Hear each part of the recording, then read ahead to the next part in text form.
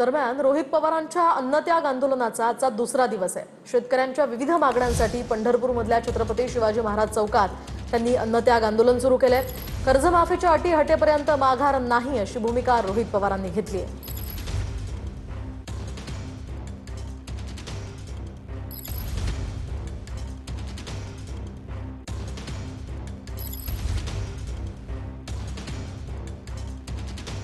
48 लाख शेतकऱ्यांचा विषय आहे। सरकारने कर्जमाफी केली, त्यांचं स्वागत करतो।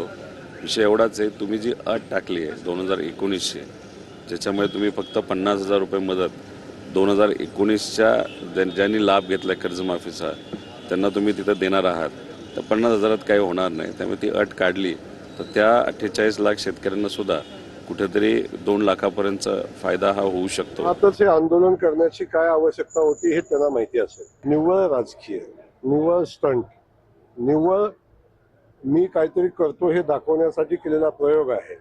जेव्हा हे घडणारच आहे तेव्हा आमच्यामुळे घडलं अशा पद्धतीचा दाखवायचा प्रयत्न आणि किंबहुना पात्र शेतकरी काही अपात्र शेतकरी असतील याच्यामध्ये वादविवाद लावणं आणि स्वतःची राजकीय पोळी भाजून घेणं याच्या पलीकडचं आंदोलनामध्ये कुठलाही विषय नाही।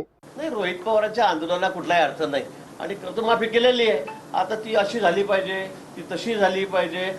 जवळपास 37-38 कोटी रुपये मी शेतकऱ्यांना माफी करतोय आणि एवढं माफी केल्यावर तुम्ही काहीतरी आपल्याला मुद्दाम क्रेडिट घ्यायचा प्रयत्न करतायत, कुठेतरी आमच्यामुळे काहीतरी झालं असं दाखवण्याचा प्रयत्न करतायत।